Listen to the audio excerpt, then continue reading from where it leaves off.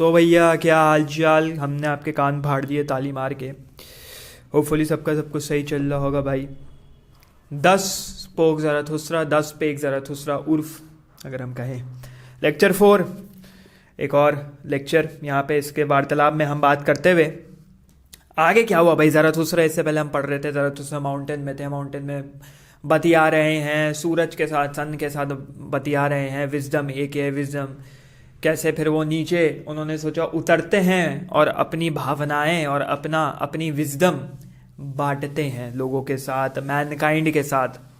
अब क्या है, नीचे उतरने की जर्नी शुरू हो गई ज़राथुस्रा की। क्या क्या उनको मिलेगा, क्या क्या इंटरेस्टिंग होने वाला है ज़राथुस्रा के साथ। किताब अगर लेनी है ये वाली तो नीचे लिंक डिस्क्रिप्शन में है बुक्स का, और भी मेरी बुक्स है, जो भी लेना ले सकते हो।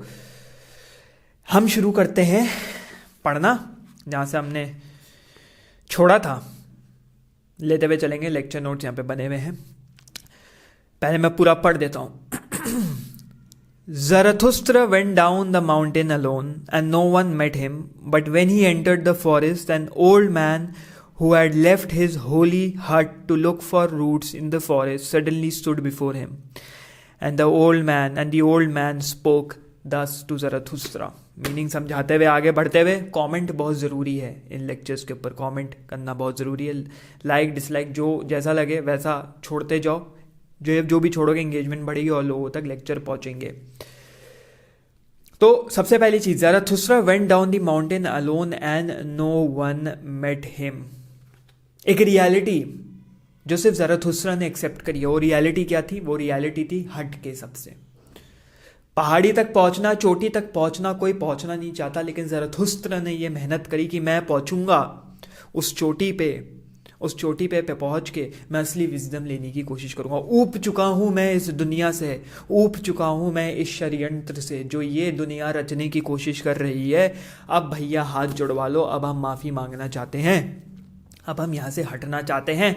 कहीं ना कहीं फ्रेडरिख विल्हेम नीचे की परछाई इस वार्तालाप में दिख रही है। सिल्स मारिया पहुंच गए, सबसे कट के सबसे हट के अपनी प्रोफेसरशिप छोड़ दी, लू सलोम से धोखा खा के अलग। अपने दोस्त ने भी उनको धोखा दिया, लू सलोम के साथ चक्कर चला के अलग। कोई एक्सेप्ट नहीं करना चाहता ये चीज़, पहाड़ी कोई एक्सेप्ट नहीं करना चाहता। इसके बारे में वार्तालाप है। अगली लकीरों पे अगर हम आए, अगली पंक्तियों पे अगर हम आए, जिसमें ये लिखा हुआ है, but when he entered the forest an old man who had left his holy hut to look for roots in the forest suddenly stood before him. एक बूढ़ा आदमी अपने होली हट, अपने मठ, अपनी कुटिया, मठ तो नहीं कहेंगे, अपनी कुटिया छोड़ के निकला है। उसको पहाड़ी पे, ज़राथुस्रा को पहाड़ी पे कुछ नहीं मिला, लेकिन जैसे ही फॉरेस्ट में उनका आगमन होने लगा, वहां उनको एक बुढ़ाओ मिलते हैं। लेकिन ये सेज हैं, एक सेंट है, लेकिन चूंकि अपनी होली हट से बाहर है तो वो सेज नहीं, वो सिर्फ एक बूढ़ा इंसान है जो अपनी सफरिंग को ओवरकम करने के लिए जड़ी बूटियां ढूंढ रहे हैं। अब यहाँ पे ये क्लियर हम लोग नहीं कर पाएंगे कि जड़ी बूटियां स्पेसिफिकली किस पर्पस के लिए ढूंढ रहे हैं। क्या वो जड़ी बूटियां अपने ओल्ड एज को काउंटर करने के लिए ढूंढ रहा है? क्या उसके अंदर भी एक इंसानियत की झलक दिख रही है, झलक दिखला जा रही है? नाचने वाला था ना कि मैं बूढ़ा हो रहा हूं, अब मेरे को जड़ी बूटियों की जरूरत है अपने को बचाने के लिए। एक वक्त था जैसे ज़राथुस्रा 30 साल की उम्र में गए थे पहाड़ी के ऊपर, चोटी के ऊपर विजडम और इनलाइटनमेंट पाने। एक वक्त ऐसे ही था कि वो ओल्ड मैन अपनी कुटिया से, अपना घर छोड़ के, अपनी होम छोड़ के कुटिया में गए फॉरेस्ट। लेकिन उस बूढ़ाओं में इतनी हिम्मत नहीं थी कि पहाड़ी पे जाके उस चीज़ को एम्ब्रेस कर पाए। तो वो स्पिरिचुअलिटी में पड़ गए, वो गॉड के कॉन्सेप्ट में पड़ गया। मैं सेंट की बात कर रहा हूं। ज़राथुस्रा ने तो उसको ओवरकम कर लिया। Forest is a transitionary phase between the mountain and the city और द टाउन। फॉरेस्ट इस काइंड ऑफ ए ट्रांजिशन, मतलब एक पड़ाव है। जंगल है जो फॉरेस्ट है, एक पड़ाव है, एक ओवरमैन और लास्ट मैन के बीच में। इस पड़ाव के बीच में अटक के रह गया वो सेंट, और यही कुछ बताने की कोशिश करी जा रही है। होली मतलब क्या होता है? होली मतलब, और उस हट को होली क्यों कहा जा रहा है पर्टिकुलरली? एक हट, एक कुटिया में और एक घर में, अगर मैं बोलूँ मेरा घर है, उसमें क्या फ़र्क है? घर में तुम्हारे पास सारी लग्जरीज होती हैं, जो तुम चाहो वो तुम्हारे हाथों में होता है। नौकर लगे रहे हैं, नौकर चाकर, काम वालियाँ लगी हुई हैं, काम वाले लगे हुए हैं, बावर्ची लगे हुए हैं, मज़ेदार ज़िंदगी है, लेकिन कुटिया में सब तुम्हें खुद करना है। जितनी कम वर्ल्डली प्लेजर उतनी कम सफरिंग, जितनी कम वर्ल्डली प्लेजर उतना ज़्यादा होली, उतना ज़्यादा पवित्र, उतना ज़्यादा शुद्ध, उतना ज़्यादा साफ, उतना ज़्यादा पाक। ये कहने की कोशिश करी जा रही है। उस सेंट ने भी अपना घर छोड़ा एक वक्त पे, सारे कंफर्ट में था वो, हिम्मत नहीं जुटा पाया फॉरेस्ट से ट्रांजिशन करके कहाँ जाने की, पहाड़ी तक जाने की, लेकिन कुटिया में ज़रूर रहा। और वो कुटिया उसकी होली कुटिया है, लेकिन वो उस कुटिया के अंदर ही सेंट कहलाएगा। जैसे ही उस कुटिया से बाहर निकलेगा वो एक ओल्ड मैन हो जाएगा।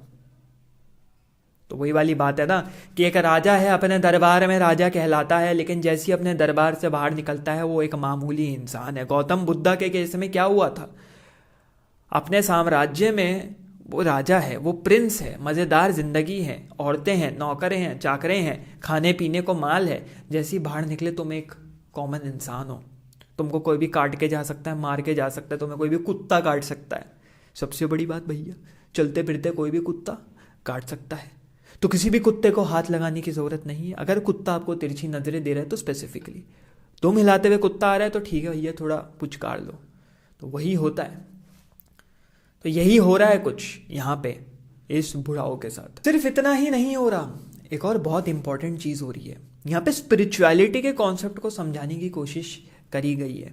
अगर स्पिरिचुअलिटी को तुम देखो तो एक तरीके से डिटैचमेंट की बात करी जाती है। अब स्पिरिचुअलिटी की पूरी डेफिनेशन इज नॉट डिटैचमेंट। मैं ये नहीं कह रहा कि स्पिरिचुअलिटी की कोई डेफिनेशन पर से नहीं है। It is a metaphysical concept which is inexplicable. सबको पता होना चाहिए, उसको तुम समझा नहीं सकते हो, सबकी अपनी डेफिनेशन है। मेरा यह मानना है कि spirituality is just like detachment from something और अटैचमेंट टू समथिंग एल्स।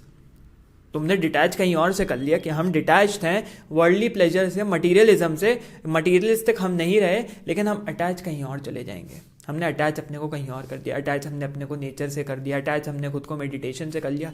तो डिटैचमेंट अटैचमेंट का गेम चल रहा है। तुम चाहो ना चाहो अटैचमेंट रहेगी। Wanting no desire is always a desire. Wanting no desire is a better desire. जितना तुम कहोगे मुझे नहीं चाहिए, डिजायर से दूर रहना है, वहां तक पहुंचने के लिए भी एक डिजायर लग रही है। तो ये पैराडॉक्स है, ये लूप है, दुनिया पैराडॉक्स में बनी हुई है। तो यही है कुछ स्पिरिचुअलिटी का कॉन्सेप्ट जो हो रहा है बाबा के साथ, कि डिटैच कहीं और से किया, अटैच जाके कहीं और हो गए। फिर उसके बाद हम लोग आगे पढ़ते हैं। सडनली स्टूड बिफोर हिम, ठीक है, रूट्स अपनी जड़ी बूटियां ढूंढ रहे थे और अचानक जो है ज़रथुस्त्रा उनके सामने, वो ज़रथुस्त्र के सामने। ये कैसे हुआ भाई? इतना बड़ा जंगल बियावान, वहां पे ये दूसरों का सामना कैसे हो गया? इससे ये दर्शाने की कोशिश हो रही है कि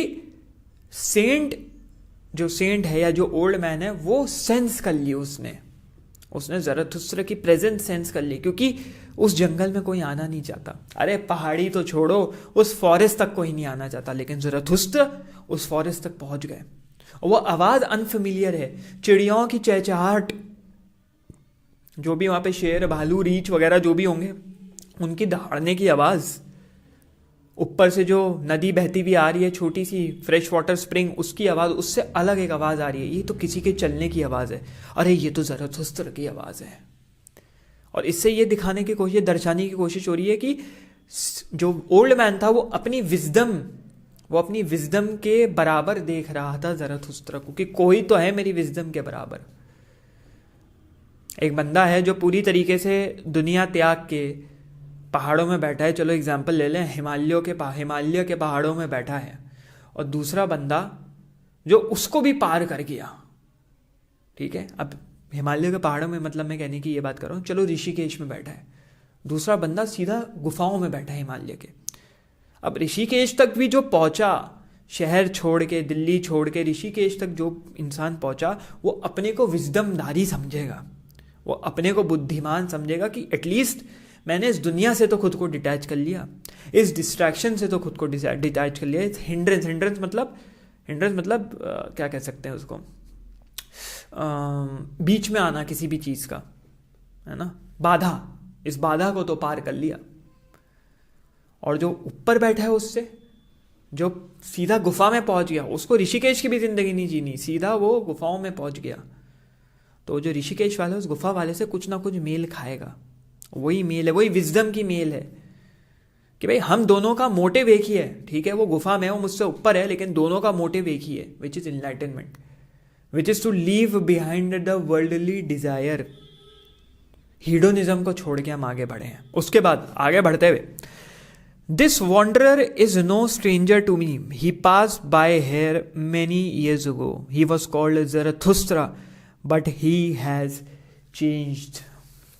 अब यहां पे क्या है कि ओल्ड मैन ने जो है इनको कहा है वॉज कॉल्ड ज़रथुस्त्रा, चूंकि ज़रथुस्त्रा वही इंसान नहीं रहा जो वो पहले था। एक बदलाव आया है, शायद पहाड़ी ने उसको बदल दिया है, शायद पहाड़ी ने उसके अंदर एक ऐसा चेंज लाया है जिसने उसको, ज़रथुस्त्रा तो वो है बट वो ज़रथुस्त्रा नहीं है जो इस फॉरेस्ट से गुजर के गया था। क्योंकि इस फॉरेस्ट को गुजर के जाने के लिए एक हिम्मत चाहिए थी जो शायद मैं नहीं जुटा पाया, लेकिन ये जुटा के चला गया। और वो चेंजेस मैं इसमें देख पा रहा हूँ, वो खतरनाक जो चेंजेस आए हैं, बदलाव आए हैं, वो मैं ज़रथुस्त्रा में देख पा रहा हूँ, उसकी आंखों में देख पा रहा हूँ, उसकी शक्ल पे देख पा रहा हूँ। आगे बढ़ते हुए, then you carried your ashes to the mountains, will you today carry your fire into the valleys, do you not fear an incendiary's punishment. अब यहाँ पे बहुत इंपॉर्टेंट चीज़ है यहाँ पे ध्यान देने की, ध्यान से सुनना है इसको। एक वक्त पे ज़रथुस्त्रा के अंदर एक आग होगी। मुझे डीएम्स भी आते हैं इंस्टाग्राम पे, मैंने लोगों से बात भी करी है जो कहते हैं कि हम इस भीड़ से अलग फील करते हैं जब हम अपने स्कूल में, कॉलेज में, ऑफिस स्पेस में जाके लोगों को बताने की कोशिश करते हैं, ये देखो ये क्या फिलोसफिकल कॉन्सेप्ट है, ये क्या तगड़ा पर्सपेक्टिव है। तो क्या होता है ना, वो मेरे को अजीब नज़रों से देखते हैं। वो धार्मिक लोग होते हैं, मुझे अजीब नज़रों से देखते हैं। वो अपग्रेड नहीं करना चाहते, वो समझना नहीं चाहते। मेरी आग कोई समझना नहीं चाहता, लेकिन मेरी आग अब बुझ चुकी है। मैं थक चुका हूं, मैं हार चुका हूं, मेरी आग अब राख बन चुकी है, एशेस बन चुकी है।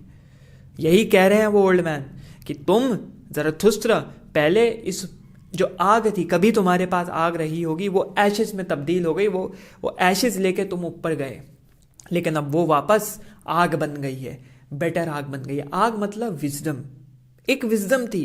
मैं तुमसे बात कर रहा हूं जो स्क्रीन के परे मेरे को देख रहा है, पार देख रहा है मेरे को, चाहे तुम लड़का हो, लड़की हो, जो भी हो, जिस भी जेंडर से खुद को स्पेसिफाई करते हो, जैसे भी स्पेसिफाई करते हो, तुम अपने को अलग समझते होगे। तुम्हें लगता होगा कि यार मेरी बातें लोग समझना नहीं चाहते, क्या मैं ही बेवकूफ़ हूँ, क्या मैं ही पागल हूँ, मैं तो 17 साल का हूँ, 18 साल का हूँ, 20 साल का हूँ, 21 साल का हूँ। नहीं मेरे दोस्त, तुम पागल नहीं हो, तुम मैच्योर हो, तुम ऊपर बढ़ चुके हो, तुम्हारे अंदर एक आग है। उस आग को एम्ब्रेस करो, उस आग को पकड़ के रखो। नहीं पकड़ के रखोगे तो राख में तब्दील हो जाओगे, और राख से वापस उस आग को लाना बहुत मुश्किल हो जाता है। उस आग तक पहुंचने के लिए तुमको फीनिक्स चिड़िया बनना पड़ेगा, फीनिक्स बर्ड, जो राख से वापस पैदा होती है, फिर मरती है, राख में मिल जाती है, फिर पैदा होती है। एक लाइफ विशियस साइकिल, ये साइकिल की तरह चलता रहता है, सर्कल की तरह चलता रहता है। क्या तुम एक फीनिक्स चिड़िया हो? बिल्कुल हो मेरे दोस्त। अपनी चीज़ों को एम्ब्रेस करो, अपने को कम मत समझो, तुम भी हो एक ऊबरमेंश। ये यहाँ पे कहने की कोशिश करी गई है। तो राख को लेके ऊपर गए, अब ऐसी आग बनी, ऐसी बेटर आग बनी कि सब जगह आग लगा देगी। स्पार्क से बोलते हैं ना, spark, I had a spark, he all you need is a spark. एक चिंगारी चाहिए, एक अंगार चाहिए बस आग लगाने के लिए। तो इस आग को समझ लो एक इंटेंसिफाइड स्टेट ऑफ स्पार्क है, या इंटेंसिफाइड स्टेट ऑफ फायर है, या इंटेंसिफाइड स्टेट ऑफ विजडम है। ऐसी विजडम जिसको सुन के सब में बहाकाल बच जाए, सब पागल हो जाए, सब सर पकड़ ले, यार ये क्या बता दिया, यार ये तो कुछ अलग ही था। और वो आग ऐसी फैलेगी कि कोई उस आग को रोक नहीं सकता। जंगल के जंगल जल के बियावान हो जाएंगे। ऐसी wisdom, not in a negative sense, but वो जंगल जो हट रहे हैं एक पॉजिटिव सेंस में हट रहे हैं, समझ रहे हो? तो fire is greater than spark, और more fire is greater than fire. और वो मोर फायर जो है, वो समझ लो मोर फायर सेकंड स्टेज हो गई फायर की। चिंगारी लगाते हो, आग लगती है, एक आइडिया आया, तुमने सोचा बैठ के, आइडिया आया, चिंगारी, सोचा बैठ के, फायर। उस फायर, उस आइडिया को लोगों को तक बताया, आर्टिकुलेट किया। आग, खतरनाक वाली आग, उसके बारे में यहाँ बात चल रही है। अब यहाँ पे एक शब्द का उपयोग हुआ है जिस शब्द का नाम है इंसेंडियरीज पनिशमेंट। अब क्या है, नीचा बाबा का बहुत प्रेम था ग्रीक माइथोलॉजी से। यहाँ पे भी इंसेंडियरीज पनिशमेंट ये जो एक इंटरप्रिटेशन है वो कहीं ना कहीं ग्रीक माइथोलॉजी से रिलेटेड है, क्योंकि यहाँ पे ये कहा, बाबा ने ये कहा, जो ओल्ड मैन था उसने ये कहा ज़रथुस्त्र को, do you not fear an incendiary's punishment, क्या तुम्हें डर नहीं लगता? इंसेंडियरी मतलब एक आग लगाने वाला पदार्थ। ये ग्रीक माइथोलॉजी है, अगर पढ़ना हो तो पढ़ सकते हो। मेरे को थोड़ा सा जो जहन में आ रहा है वो ये है कि Prometheus was God of fire, एक वन ऑफ द टाइटन्स, ठीक है। उसने क्या किया था, ज्यूस को धोखा देके, Zeus was the father of all gods, the sky god जिसको कहा जाता था ग्रीक माइथोलॉजी में, top of the food chain वाला गॉड था वो, टॉप गॉड। उसको धोखा देके मैनकाइंड को, इंसानियत को, मनुष्य जन को जाके आग दे दी थी। आग मना कर दिया, ज्यूस ने कुछ कहानी हुई थी, कांड हुआ था, तो उस कांड में क्या हुआ भैया, दे दी। अब पनिशमेंट दे दी ज्यूस ने प्रोमीथियस को, और पनिशमेंट क्या थी कि रोज रात में एक चील आएगी, रात में या दिन में आई डोंट नो, बट एक चील आएगी, तुम्हारा लिवर खाएगी और दूसरे दिन वापस रीग्रो होगा, और ये साइकिल चलता रहेगा। जैसे myth of Sisyphus, Albert Camus कि सिसिफस पत्थर को ऊपर धकेलता रहेगा, ठीक है। ऐसे यहाँ पे सारी ग्रीक माइथोलॉजी, एग्जिस्टेंशियल फिलोसफर्स की बहुत तुम समझ लो प्रेरणा या इंस्पिरेशन, मोटिवेशन आती है ग्रीक माइथोलॉजी से। तो प्रोमीथियस का लिवर, एक चील आके, तभी चील, इटर्नल रेकरेंस, ग्रोथ, रीग्रोथ, इन सब की बातें इसलिए इन्हीं सब से रिलेटेड है। तो उससे रिलेटेड है कि एक इंसेंडियरी पनिशमेंट, आग लगाने वाला पदार्थ, पता है ना क्या थी ग्रीक माइथोलॉजी में, ज्यूस ने क्या किया था, क्योंकि लिवर रीग्रो करता है ना, liver is the only organ which can regrow itself, ठीक है, रीजनरेटिंग कैपेसिटी होती है उसमें। चील ने खाया, फिर वो रीग्रो कर गया, फिर चील ने खाया, फिर वो रीग्रो कर गया। एक punishment, tormenting punishment until eternity, ये कॉन्सेप्ट यहाँ पे बताने की कोशिश। क्या तुम्हें उस पनिशमेंट से डर, तुम भूल गए उस पनिशमेंट के बारे में, ज़रथुस्त्र तुम्हें याद नहीं उसके बारे में भैया? अब यहाँ पे ओल्ड मैन कहते हैं, yes I recognize Zarathustra, his eyes are clear and no disgust lurks about his mouth, does he not go along like a dancer. अब नीचे की फिलॉसफी में डांसर जो शब्द है उसका उपयोग बहुत ज़्यादा हुआ है, और इसके पीछे एक बहुत तगड़ी फिलॉसफी है। जैसे one must have chaos in oneself to give birth to a dancing star, and those who were seen dancing were thought to be insane for those who could not hear the music। ये सब quotes हैं, देख सकते हो। अब क्या है, यहाँ पे डांसर का मतलब थोड़ा पेचीदा है लेकिन बड़ा इंटरेस्टिंग है। डांसर क्या होता है, अगर मैं पूछूं डांसर की डेफिनेशन क्या होती है, बताओ एक डांसर कौन होता है? एक डांसर जो खुल के अपने एक्सप्रेशंस प्रकट कर सके, एक डांसर जो अपना डांस, अपनी कला खुद कोरियोग्राफ कर सके, खुद बना सके, उसको किसी की ज़रूरत नहीं है, वो अपने में ही खुश है, वो नाच के खुश है, उसको किसी की जजमेंट की ज़रूरत नहीं है। जैसे शादियों में होता है, क्या होता है, शादियों में नाच रहे होते हैं ना लोग, भाई क्रिंज हो रहा है लेकिन नाच रहे हैं, हमें क्रिंज हो रहा है, क्योंकि क्या हो रहा है, हमें क्रिंज हो रहा है लेकिन उसको मज़े आ रहे हैं, वो नाच रहा है भाई, वो अपने लगा पड़ा है, तो वो फ्री है, फ्री सोल है, जॉयस सोल है, हैप्पी सोल है। जैसे ये जो कोट है, one must have chaos in oneself to give birth to a dancing star। chaos is suffering, pain, and dancing star या dancing मतलब समझ गए अच्छा, हैप्पीनेस, जॉयफुलनेस, खुशी। तो ये यहाँ पे इनके डांसिंग का मतलब ये था। तो यहाँ पे ये समझाने की कोशिश कर रहे थे डांस से, ये एक सेंस ऑफ डायरेक्शन लेसनेस है, कोई फिक्र नहीं है, जहाँ जा रहे हैं मस्त मौला चल रहे हैं, कोई फिक्र नहीं है कहाँ से कौन आ जाएगा, कहाँ से कौन आके क्या बोल देगा, हम जो भैया कर रहे हैं हम अपना करते रहेंगे। फिर उसके बाद आगे बढ़ते हुए जहाँ इन्होंने इसमें ये कहा, जो बाबा थे, जो ओल्ड मैन थे, उन्होंने ये कहा, his eyes are clear and no disgust lurks about his mouth. Eyes are clear का मतलब क्या होता है? आइज आर क्लियर कि one can see the truth, साफ है आंखें, धुंधली नहीं है, अब सब कुछ दिख रहा है साफ साफ, ये कौन है, इसकी आंखें क्या कहती है। जो झूठ बोल रहा होता है ना, उसकी आंखों में झुटलापन दिख जाता है, भैया तुम काट रहे हो, किसी और का काटो, झूठ दिख जाता, आंखें फड़फड़ाने लग जाएंगी। लेकिन ओल्ड मैन को ज़रथुस्त्र की आंखें एकदम क्लियर दिखी, सच्चाई की आंखें, सत्य की आंखें दिखी। फिर यहाँ पे क्या कहा गया है, यहाँ पे ये कहा है कि no disgust lurks about his mouth. Zarathustra जो डिस्गस्ट मतलब घृणा, गंदगी। अब वो गंदगी, वो लर्क्स, और लर्क्स का मतलब ये कह सकते हैं कि घात लगा के बैठना। जैसे नहीं होता, जो परेशान होते हैं, जो सफरिंग से जूझ रहे होते हैं, उनकी शक्ल पे एक परेशानी दिखती है। वो शक्ल पे परेशानी नीचा के भी नीचा बोल रहा हूँ, ज़रथुस्त्र के भी दिख रही थी, लेकिन अब नहीं है, वो जा चुकी है। और ओल्ड मैन ये कह रहे हैं, मैं अपनी विजडम से ये ज़रूर समझ पा रहा हूँ कि Zarathustra is a changed man, he has attend wisdom, he has attend enlightenment. भले ही वो उसकी बराबरी के इनलाइटनमेंट पे नहीं पहुंच पाई, क्योंकि अभी भी ओल्ड मैन को बताना है, बाकी है कि गॉड इज डेड। ज़रथुस्त्र में अभी तक अपना रामबाण नहीं छोड़ा भैया, रामबाण अभी तक नहीं छोड़ा है कि God is dead and we have killed him. तो जितनी अकल है ओल्ड मैन को, उस हिसाब से वो अंदाजा लगा पा रहे हैं कि भैया ही हैज बिकम इनलाइटेंड। और अब उसकी शक्ल पे वो रैंट नहीं है, वो भाषण नहीं है जो वो पहाड़ी की तरफ देते हुए जा रहा था कि यार दुनिया ऐसी है, दुनिया वैसी है। अब उसका शक्ल और मुख साफ है, क्योंकि वो जो यहाँ पे लिखा हुआ है, जो वर्ड यूज़ किया हुआ है, माउथ एक ऐसी चीज़ है जो फाइनल स्टेज होता है जहाँ से इंसान शब्द निकालता है। शब्द जो होते हैं वो निकालता है, वो फाइनल स्टेज है। पहले सोचता है फिर निकालता है। तुम कुछ भी सोचो, लेकिन जब तक बोलोगे नहीं, वो चीज़ आर्टिकुलेट नहीं करोगे, बताओगे नहीं, सामने वाले को नहीं पता लगने वाली ना। तो वही है, वो सबसे इंपॉर्टेंट चीज़ है। तुम गंदे बोलते हैं ना, गंदे मुख के लोग हैं, गंदी बातें करते हैं, उल्टा सीधा बोलते हैं। और एक है ये भाई साफ दिल का है, साफ बातें करता है। साफ दिल का इंसान तभी पता लगेगा जो साफ बातें करे। दिल तुम्हारा कैसा भी हो यार, है ना। अब यहाँ पे हम घूंगे लोगों की बात नहीं कर रहे, बट इन जनरल बात कर रहा हूँ मैं, मेजॉरिटी पॉपुलस की बात कर रहा हूँ। तो ये एक चीज़ बहुत इंपॉर्टेंट थी। और सिर्फ इनलाइटेंड ऐसे नहीं ओल्ड मैन समझ पा रहे कि वे इनलाइटेंड हो गए। ओल्ड मैन इसलिए भी समझ पा रहे हैं कि मुझसे ज़्यादा कहीं ना कहीं इनलाइटेंड हुआ है, लेकिन मैं जितना समझ पा रहा हूँ, क्योंकि मैं तो फॉरेस्ट में रह के इतना परेशान हूँ, ये तो माउंटेन्स को सर्वाइव करके आया है, गुफाओं को सर्वाइव करके आया है। तो कितनी लेवल ऑफ एनलाइटनमेंट चाहिए होगी वहाँ से सर्वाइवल यहाँ लेके आने के लिए।